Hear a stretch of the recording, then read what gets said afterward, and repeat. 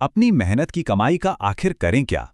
जमीन में पैसा लगा दें, जैसा हमेशा से सुनते आए हैं, या फिर एसआईपी का नया रास्ता अपनाएं? तो चलिए आज एक कहानी के जरिए समझते हैं कि इन दोनों में से कौन सा रास्ता सच्ची दौलत की ओर लेकर जाता है। ये सलाह हम सब ने कभी ना कभी अपने बड़ों से जरूर सुनी होगी, है ना? हमारे समाज में तो सालों से जमीन को ही सुरक्षा और समृद्धि की असली निशानी माना गया है, और ये बात हमारी जड़ों से जुड़ी है। इसीलिए आज भी बहुत से लोगों के लिए ये सबसे भरोसेमंद इन्वेस्टमेंट है। लेकिन सवाल ये है कि आज की इस भागती दौड़ती दुनिया में क्या ये सलाह उतनी ही सटीक बैठती है? क्या ज़मीन आज भी सबसे बेस्ट ऑप्शन है, या फिर वक्त के साथ इन्वेस्टमेंट के नियम भी बदल चुके हैं? तो चलिए इस पहेली को सुलझाने के लिए दो भाइयों की कहानी सुनते हैं, अमित और विक्रम। इनकी कहानी हमें दिखाएगी कि कैसे एक जैसी शुरुआत के बावजूद दो अलग-अलग रास्ते उन्हें बिल्कुल अलग मंजिल तक ले जाते हैं।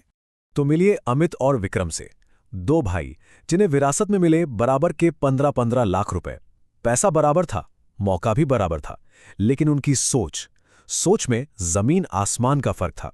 और बस यहीं से उनकी वेल्थ क्रिएशन की कहानी दो अलग-अलग रास्तों पर निकल पड़ी। अमित ने वही किया जो हमेशा से सुनते आए थे। पूरे 15 लाख रुपए एक जमीन के टुकड़े में डाल दिए। उनका मानना था कि जो चीज दिखती है, जिसे छू सकते हैं, वही असली संपत्ति है। उधर दूसरी तरफ विक्रम ने थोड़ा अलग सोचा।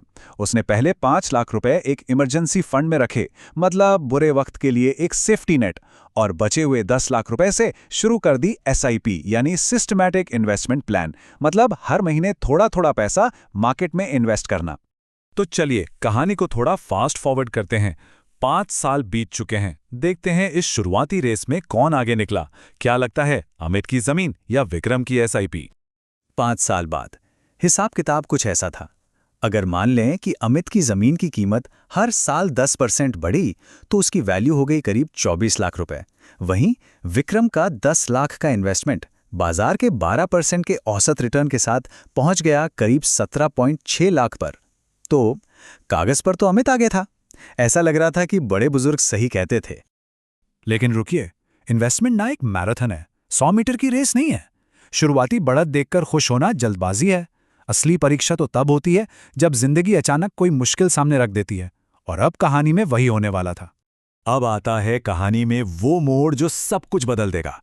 चलिए देखते हैं कि जब मुश्किल वक्त आता है तो कौन सा इन्वेस्टमेंट अपने मालिक का साथ देता है, अमित की ठोस जमीन या विक्रम का फ्लेक्सिबल इन्वेस्टमेंट।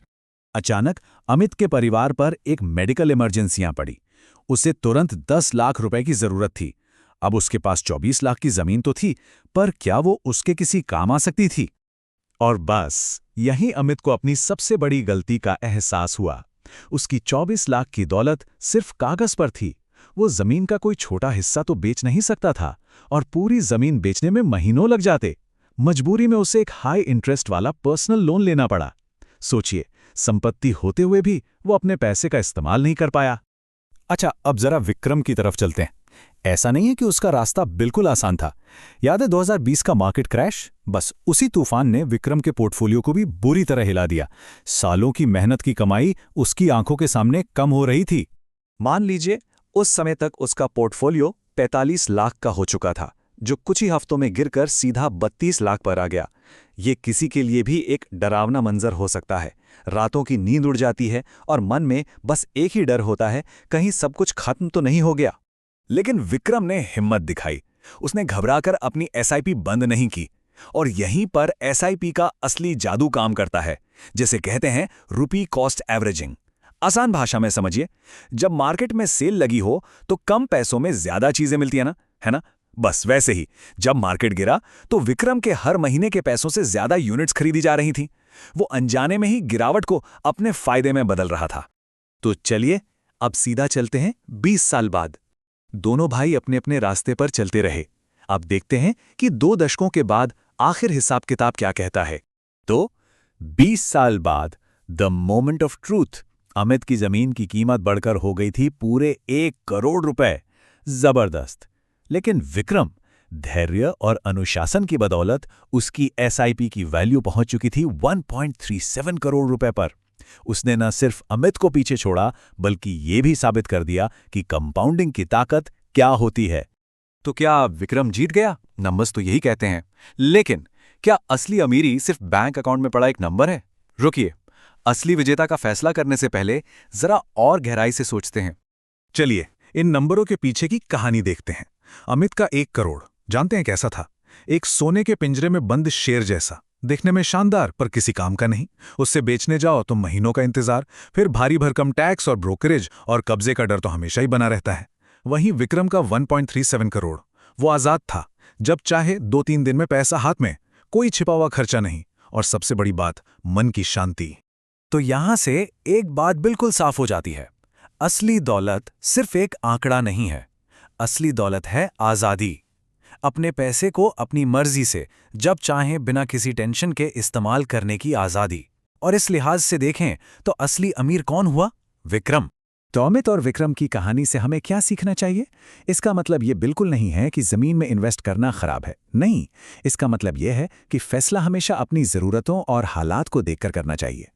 तो कोई भी बड़ा इन्वेस्टमेंट करने से पहले खुद से ये 4 सवाल जरूर पूछने चाहिए। नंबर 1, मेरा गोल क्या है? नंबर 2, मैं कितना रिस्क ले सकता हूं? नंबर 3, इसमें छुपे हुए खर्चे क्या क्या हैं? और सबसे जरूरी नंबर 4, मुझे इस पैसे की जरूरत कितनी जल्दी पड़ सकती है? तो याद रखने वाली जरूरी बातें क्या हैं? सबसे पहले, एक इमरजेंसी फंड जरूर होना चाहिए। दूसरी बात, ज्यादातर लोगों के लिए एसआईपी पैसा बनाने का एक डिसिप्लिन्ड और फ्लेक्सिबल तरीका है। और तीसरी और सबसे जरूरी बात, कभी भी अपना सारा पैसा एक ही जगह मत लगाइए, अपने इन्वेस्टमेंट को हमेशा डाइवर्सिफाई करके रखें। तो आखिर में सवाल फिर से वहीं आ जाता है और फैसला आपका है कि सिर्फ कागज पर अमीर दिखना है या फिर असली आज़ादी और मन की शांति के साथ अमीर बनना है।